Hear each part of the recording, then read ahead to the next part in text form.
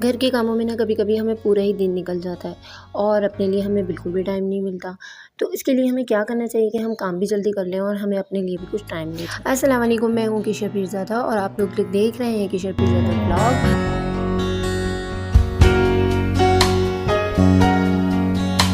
घर के ना कुछ काम ऐसे होते हैं जिन्हें हम बिल्कुल भी पेंडिंग पे नहीं डाल सकते। अगर हम उन्हें पेंडिंग पे डाल देंगे तो हमारी जो रूटीन लाइफ होती है वो काफ़ी हद तक डिस्टर्ब हो जाती है। तो कामों की जो एक रूटीन होती है ना वो बनाएं, सारे कामों को एक साथ ना फैलाएं। इससे क्या होगा कि हम बहुत जल्दी थक जाएंगे और सारे ही काम फिर हमारे पड़े रहेंगे और घर का जो मैनेजमेंट होती है, घर का जो मैस होता है ना, उसको देख देख के तबीयत अजीब सी घबराहट वाली हो जाती है और फिर सारे काम नहीं होते। तो थोड़ा थोड़ा सा करके करें, एक अमाउंट बना लें घर का। जिस तरीके से हम अपने पैसों का अमाउंट बनाते हैं उस तरीके से कामों का भी अमाउंट बना लें और उसके हिसाब से हमें काम करना चाहिए, क्योंकि इससे फिर हमें आराम का भी मौका मिलेगा।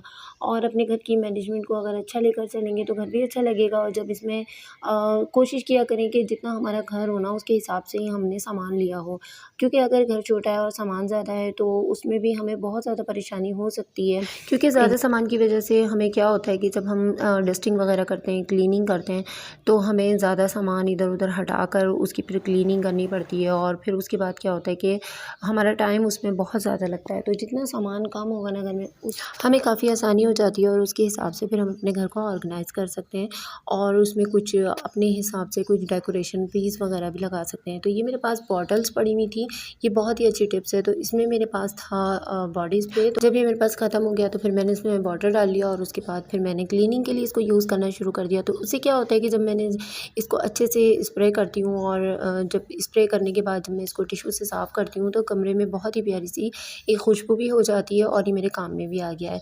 तो ये छोटी-छोटी सी चीज़ें होती हैं, इनको हम घर में ही अपने लिए ऑर्गेनाइज़ कर सकते हैं। और इस तरीके की जो हमारी क्लीनिंग होती है यानी कि ड्रेसिंग की, तो सुबह में हम इसको अक्सर स्किप कर देते हैं और सोच रहे होते हैं कि दूसरे काम कर लेते हैं, इसको बाद में करेंगे। तो इसमें मुश्किल से 2 से 3 मिनट लगते हैं और जब हम इसको क्लीन कर देते हैं ना, बेड के साथ-साथ इसको भी क्लीन कर लेते हैं, तो हमारा सामान जो है वो ऑर्गेनाइज़ होके बहुत ही प्यारा लगता है। तो अभी देखिए मेरे पास इसमें काफ़ी चीज़ें मुझे ऐसी मिल गई जो एक्स्ट्रा रखी हुई थी, जैसे बच्चों ने इसके अंदर कुछ सिक्के वगैरह डाल दिए थे, वो भी मैंने निकाल लिए। मेरा जो स्किन केयर का सामान है उस पे नज़र पड़ी तो दिल चाहा कि मैं इसको भी थोड़ा सा यूज़ करके देख लूँ। तो मैंने सोचा कि अभी काम में मैं बिज़ी हूँ, तो जब मैं फ़ारिग हो जाऊँगी तो फिर मैं उसके बाद इसको यूज़ करूँगी। तो कभी-कभार अगर जब हमारा बिल्कुल अपने ऊपर से ध्यान हट जाता है, तो जब हम अपने घर की अपने कामों की क्लीनिंग कर रहे होते हैं, अपने सामान की क्लीनिंग कर रहे हैं, तो जब उसको देखते हैं तो फिर काफ़ी हद तक हमारा दिल चाहता है कि हम उसको यूज़ करें। तो अभी से काम से फ़ारिग होकर मैं भी इसको यूज़ करूँगी। इसी तरीके से आज मैंने अपनी अलमारी के 2 कबर्ड लिए हैं और उनके जो जितने भी कपड़े हैं मेरे, तो उनको मैं क्लीन करूँगी और बहुत अच्छे से उनको प्रेस करके, और जितने कपड़े मुझे प्रेस करने होंगे उतने कपड़े मैं प्रेस करके रख दूँगी और जितने मुझे निकालने होंगे वो मैं निकाल लूँगी, किसी को डोनेट करना होगा उसको दे दूँगी। और इसके अलावा जो कपड़े मुझे वापस रखने हैं उनको अच्छे से ऑर्गेनाइज़ करके मैं दोबारा रख दूँगी। तो इससे क्या होगा कि मेरी 2 जो कबर्ड हैं वो सेट हो जाएँगे और अगले दिन के लिए जब मुझे टाइम मिलेगा या उससे भी अगले दिन जब मुझे टाइम मिलेगा तो मैं 2 कबर्ड और ले लूँगी। तो मेरा काम ज़्यादा नहीं बढ़ेगा और मेरा काम आराम से हो जाएगा। इससे क्या होगा कि जब भी मुझे ज़रूरत पड़ेगी अपनी किसी भी ड्रेस की, तो अक्सर हम क्या करते हैं कि जल्दी-जल्दी में कहीं दुपट्टा रख देते हैं, कहीं पजामा रख देते हैं और कहीं हम अपना जो शर्ट्स होती हैं वो रख देते हैं। तो अभी इनको मैं बिल्कुल पेयर बना-बना के रख दूँगी और जो मेरे गर्मी के कपड़े हैं उनको मैं अच्छे से किसी पुराने दुपट्टे में लपेट दूँगी और जो नए मेरे कपड़े हैं उनको, जो जाने-आने के मेरे कपड़े हैं उन्हें मैं अलग से रख दूँगी। तो मुझे कभी भी किसी भी चीज़ की ज़रूरत पड़ेगी तो फ़ौरन से मुझे मिल जाएगी और मुझे इसके लिए कोई परेशानी नहीं होगी, भाग-दौड़ नहीं करनी पड़ेगी। क्योंकि बच्चों के साथ में कभी-कभार ऐसा होता है कि हम लोग बहुत ज़्यादा उजलत में होते हैं, जल्दी में होते हैं और सारा ही फिर कबर्ड खाली कर लेते हैं जल्दी-जल्दी में, कि बाद में इसको सेट कर देंगे और वो फिर काफ़ी दिनों तक हमें टाइम नहीं मिलता और उसी तरीके से पड़ा रहता है। तो आज बच्चे भी स्कूल गए हुए हैं और मेरा काम भी जल्दी हो गया है, तो मैंने सोचा कि मैं ये वाला काम साथ के साथ निपटा लूँ। अच्छा, अभी मैं क्या कर रही हूँ कि मैं जो है सर्दी के कपड़े अलग कर रही हूँ और गर्मी के कपड़े अलग कर रही हूँ। तो क्यों?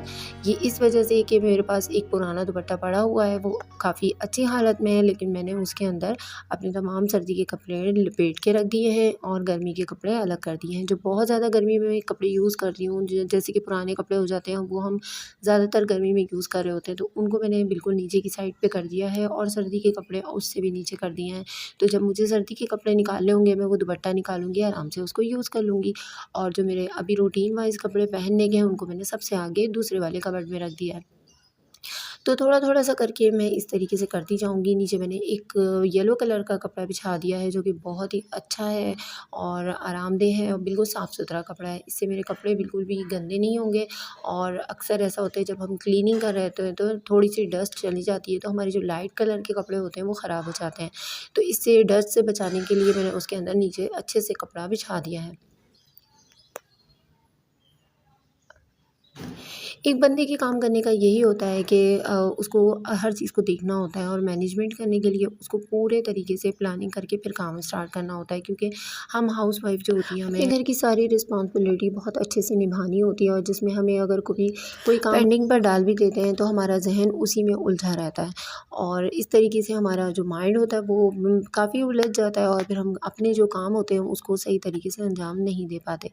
तो हर काम को मैनेज करने के लिए थोड़ा सा टाइम चाहिए होता है, उसके लिए हमें पहले से प्लानिंग करनी होती है और काम स्टार्ट करने से पहले 5 से 10 मिनट सोच लिया करें कि हमने किस तरीके से अपने कामों को अंजाम देना है, ताकि हमारा जो टाइम है वो भी बचे और हमारा काम बहुत आसानी से हो। तो अभी मैंने ये दोनों कबर्ड साफ़ कर लिया और साथ ही साथ मेरे पास 2 पाउच हैं छोटे-छोटे से, जिसके अंदर मैंने अपने बच्चों की मेडिसिन स्लिप्स होती हैं, अपने एनआईसी होता है और जितने भी मेरे पास छोटे-मोटे पैसे रखे होते हैं वो मैं इसमें रख देती हूँ ताकि किसी भी इमरजेंसी में यहाँ से फ़ौरन निकाल सकूँ। ये मुझे काफ़ी टफ़ काम लग रहा था और घर के कामों के साथ थोड़ा-थोड़ा सा जो हम ये एक्स्ट्रा कामों का अपना हिस्सा डालते हैं ना, तो यकीन करें जब हमारा घर साफ़ होता है और हमारी हर चीज़ बहुत क्लीन, बहुत अच्छे से ऑर्गेनाइज़ हुई भी होती है ना, तो सबसे ज़्यादा खुशी उस वक्त हमें ही हो रही होती है। और इस काम में तकरीबन मुझे आधा घंटा लगा और आधे घंटे के अंदर-अंदर मैंने अपने काफ़ी हद तक काम निपटा लिए थे। जिस दौरान मैंने घर का काम भी किया, खाना भी बनाया और घर की क्लीनिंग भी करी, तो तकरीबन मुझे 2 से 3 घंटे लगे और मैंने अपने सारे घर के कामों को मैनेज कर लिया। तो ऐसी छोटी-छोटी बातें होती हैं, छोटी-छोटी टिप्स एंड ट्रिक्स होती हैं जिनको फॉलो करके हम अपनी ज़िंदगी को काफ़ी हद तक ईज़ी बना सकते हैं और अपनी ज़िंदगी को एंजॉय भी कर सकते हैं अपने बच्चों के साथ, अपनी फैमिली के साथ। उम्मीद है कि आज का व्लॉग आपको पसंद आया होगा। पसंद आए तो आप लोग लाइक कीजिएगा, सब्सक्राइब कीजिएगा, मुझे रखिएगा दुआ में याद। अपना रखिएगा बहुत ज़्यादा ख्याल। तो फिर मिलते हैं किसी नए व्लॉग में, जब तक के लिए अल्लाह हाफ़िज़।